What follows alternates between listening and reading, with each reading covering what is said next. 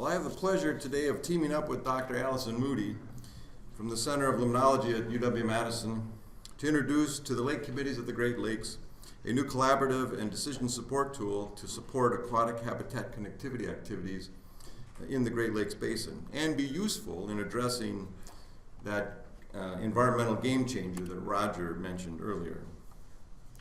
The collaborative and the optimization tool are both products of the Upper Midwest Great Lakes Landscape Conservation Cooperative, which since its inception in 2010 has grown to a partnership of more than 30 natural resource agencies and organizations that are working to connect science and natural resource management across the Great Lakes. Each state, tribe, U.S. federal and Canadian resource agencies represented here today and several NGOs are either members of the LCC Steering Committee or have been invited to become a steering committee member. Those member agencies have participated in guiding the activities of the LCC and the establishment of the 5 focal areas that you see on the screen. Today I want to direct your attention to the aquatic habitat connectivity focal area and describe for you recent activities that can support the important connectivity work that you may be engaged in already.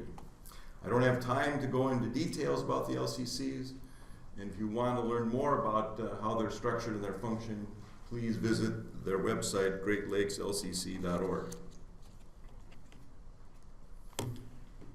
Aquatic habitat connectivity was first nominated as a focal area by Chris Goddard and Dale Burkett in 2010, representing the Fish Commission on the LCC Steering Committee. The LCC has supported the connectivity focal area by providing funding for the development of science support tools.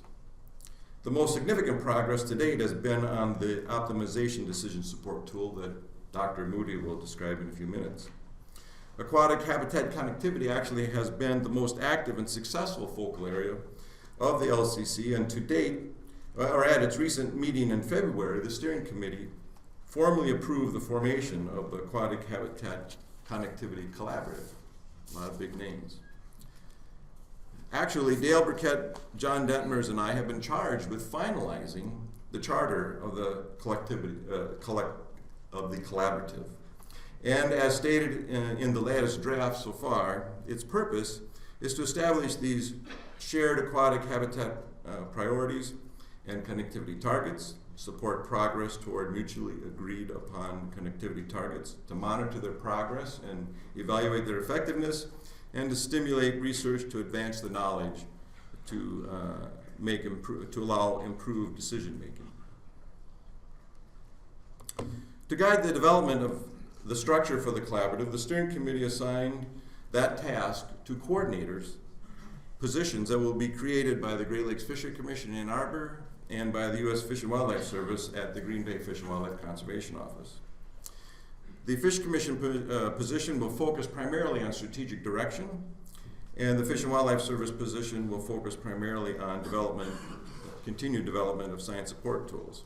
Now, as you look at this draft structure recently presented to the LCC Steering Committee, you may be thinking, here we go again, another structure that is a duplication of existing efforts.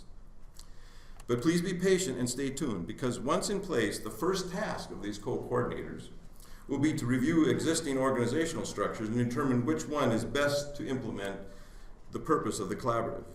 And speaking on behalf of myself, John, and Dale, we cannot think of a collaborative structure that will not have a prominent role for the 50-year history of the Lake Committee process and structure, whether it be with the Council of Great Lakes Fishery Agencies, the CLC, the Lake Committees and their tech committees, or even the Great Lakes Basin Fish Habitat Partnership.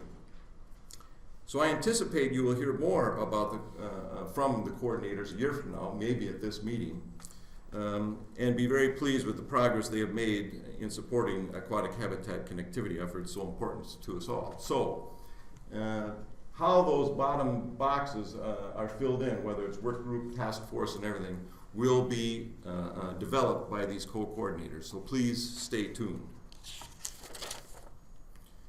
And now I'll turn it over to Dr. Moody, who will give more detail about the aquatic decision support tool. And I only want to say that most of the funding for developing the optimization tool has come from the LCC, and then actually my office, the Green Bay Fisheries Office, also provided funding to allow a web-based portal to be developed, and Allison will present both those ideas. Well, thank you very much for the opportunity to present here about our work. I did want to say, first of all, that I am just one representative of many. As you can see, we have people from the University of Wisconsin, Nature Conservancy, the Wisconsin DNR, and also the Fish and Wildlife. And we really appreciate all the people who have worked with us to fund us and to help the process as we go along.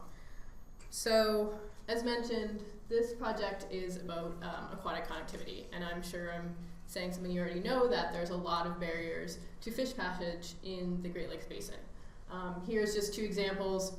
Top in red is the dams in the Great Lakes system, and then in blue, which is less well known, is a database of road crossings that have been put together, and you can see that there's even more road crossings than there is dams. And if we look at that in more detail, this is the density per square kilometer across the Great Lake Basin, and you can see in red areas where we have a really high density of these road crossings, obviously associated with a lot of urban development.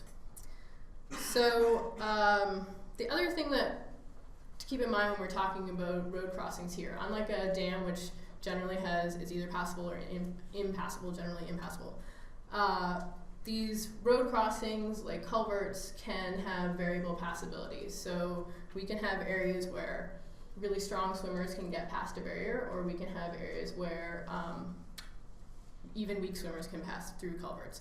So it's really important to consider this variable passability of the culverts, and also how this accumulates through a system. So at the mouth of a river, if you have an impassable barrier, it doesn't matter how good the passability is of upstream barriers, you're not going to have any fish that are able to go through and use those habitats. And so if we look at this on the Great Lakes scale, you can see here in red are areas that are inaccessible to fish coming out from the lakes. So there's a lot of habitat in the Great Lakes Basin that is inaccessible. And so how can we help decision makers kind of address some of these issues with the passability and barrier removal? So this is where we have this online decision support tool. So this is to help users make informed decisions about barrier removal. And we have 3 different objectives that we try to address with this tool. And I'm just going to go through the different parts of the website. And also, I will say I have the website written down here, and I have it in several slides. I'm also going to be outside after this with my laptop, and so you guys can come and talk to me and see it working live. This is just going to be screenshots, but I'm happy to show you what it looks like. Okay, so the first aspect that we are looking at is visualizing barriers. So what we're envisioning here is a user wants to see in their watershed what kind of barriers exist. So this includes the dam layers, but this also includes these road crossings that are hard to map. So this is in the center block of this online tool. This is basically, if you're familiar with getting directions from Google Maps, this is kind of exactly the same. You can zoom in on individual watersheds, you can look at the whole region, and it shows you the barriers. And if you look at this, all these purple, kind of faint purple dots here, they're all the barriers that are included. So if you want to actually dig down into the data a little bit more, you can look at this section on the left-hand side of the screen, which we're calling the Explore section. But it's basically a set of filters that you can go through and pick out regions. So these are the filters, and the one that I want to talk about just quickly is passability. And I'm kind of wary of showing this. I have a round goby as a weak swimmer here, which is probably not what you're going to actually want to increase habitat for at all, but it is a good example of a fish that doesn't have a lot of the swimming abilities to get over barriers, and so they're part of our suite of species that are included as weak swimmers. And then the strong swimmers are things like salmonids that have a much better ability to get over these barriers. Okay, so just a couple examples again of these filters. So this is just looking at one part of a lake. In purple are all the barriers, and we're selecting for upstream habitat. So that's one of our characteristics. So these are barriers that have more than 2 kilometers of habitat upstream from them. And so this is what it ends up looking like. All the blue dots, the teal dots, are barriers that do meet these criteria. We can also look at watersheds. If you're interested in a particular watershed, we have a mask that goes on top of the barriers, and so you can see here it's faintly grayer, and there's black lines that show the outlines of the watersheds.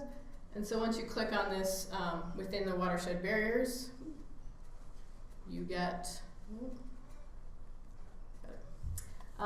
you can select a watershed and look at all the barriers within a given watershed. Okay, so you've looked at this and you're looking at your watershed and you say, actually we've already taken out a lot of these barriers, and this one actually has a much better passability than what you're telling us it has. And so this is a really important part of our analysis, is that we know that our data is out of date already. We know that people on the ground have much better information than we probably do. So it was important, really important for us to have a way that users of the website could submit edits to the database. So we have at the bottom here an area where you can look at the information for any given barrier, and kind of looking at an example of this. So this is information for 3 different barriers, whether or not it's a dam, the amount of upstream habitat, and how passable it is for various swimming guilds. And so we have the ability for you to go in and actually make changes to the database in terms of removal costs, passability, and whether or not it's a dam or road crossing. And this is for users that are registered, so you can't just go in and just start changing all your passabilities to completely impassable for everyone else.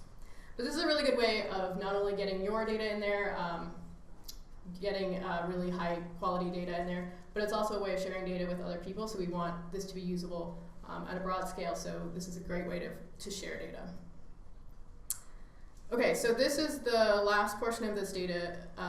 Online decision support tool is the actual optimization of barrier removal. So this is going to take a little bit more getting into the weeds with, but first I do want to say that there is a number of reasons why you'd want to keep a barrier, and there's a number of reasons why you'd want to remove them. And so this tool is to support decisions. It's not recommending removals. It's kind of supposed to be supporting whatever decision the user wants to make.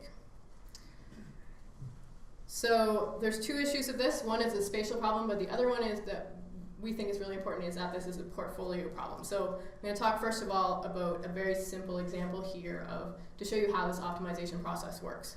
So here I have a very simple 6 barrier stream example, and so a lake would be down here. These are the barriers with the flow going downstream, and the fish migration path is upstream. So for each barrier, we have a couple of different pieces of information. We have a passability value, so this is based on the swimming ability of the fish and also the flow at that barrier. We also have the net upstream habitat, and that's just this amount of habitat directly upstream of the barrier. We have the cost of repair, so how much it would take to take out this individual barrier.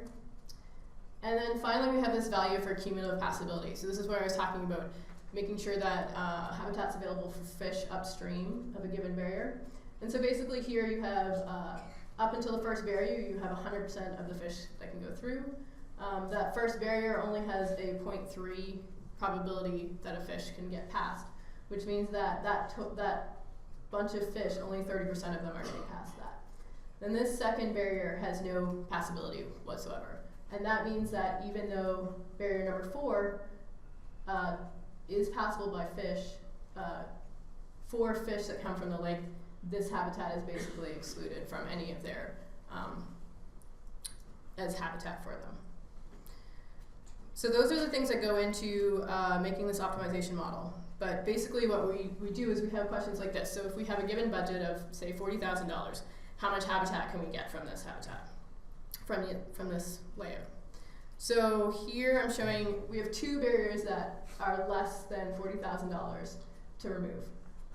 And one of them, you get 10 kilometers above that barrier, and one we have just 1 kilometer above the barrier. So it seems like 4 would be the one to take out. But if you look at the passability of the downstream dams or barriers, you can see that 2 is completely impassable. So even though there's more upstream habitat available, with 4 actually, the decision suggests that 6 would be the one to take out.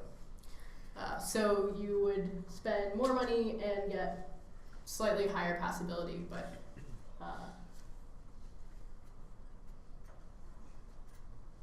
okay, so we can also do this on a larger scale. So this is when we start getting into the portfolio approach, where you have a larger budget, 10 times what I was talking about before, and you have 3 possibilities. You can take out portfolio 1, stream 2, or 3.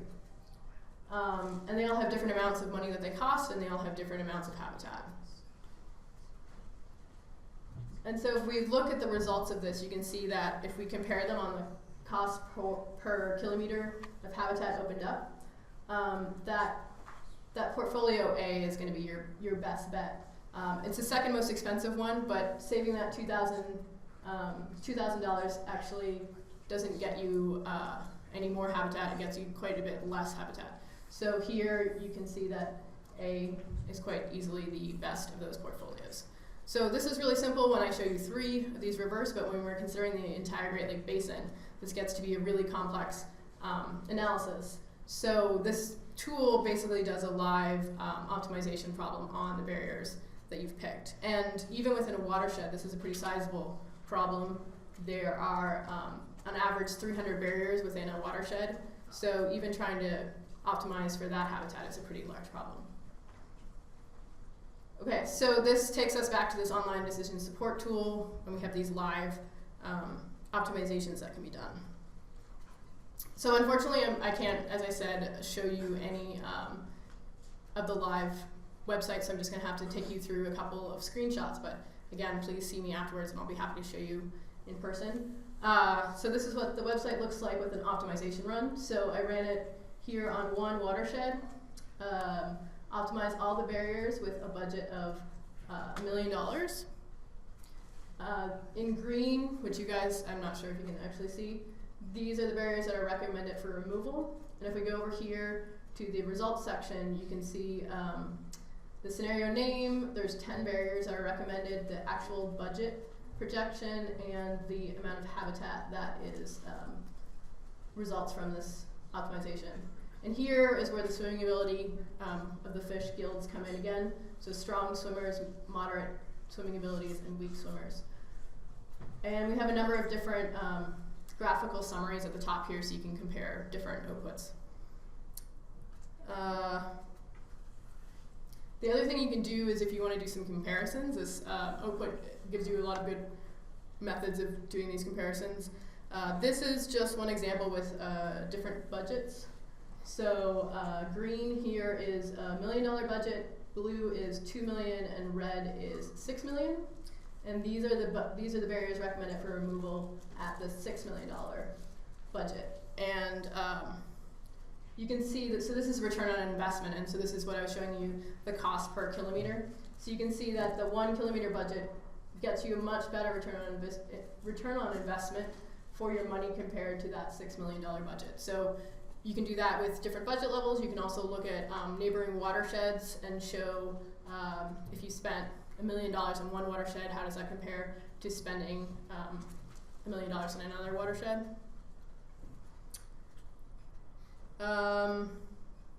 Okay, and I think so that's the online tool. As I said, I'll be demonstrating it for the rest of the day. We have a couple of things that we're working on in progress to add to the tool.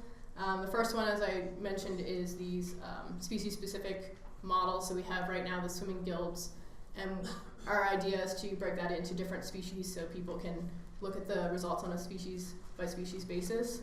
The other thing that we're putting in is explicitly is the trade-offs with sea lamprey.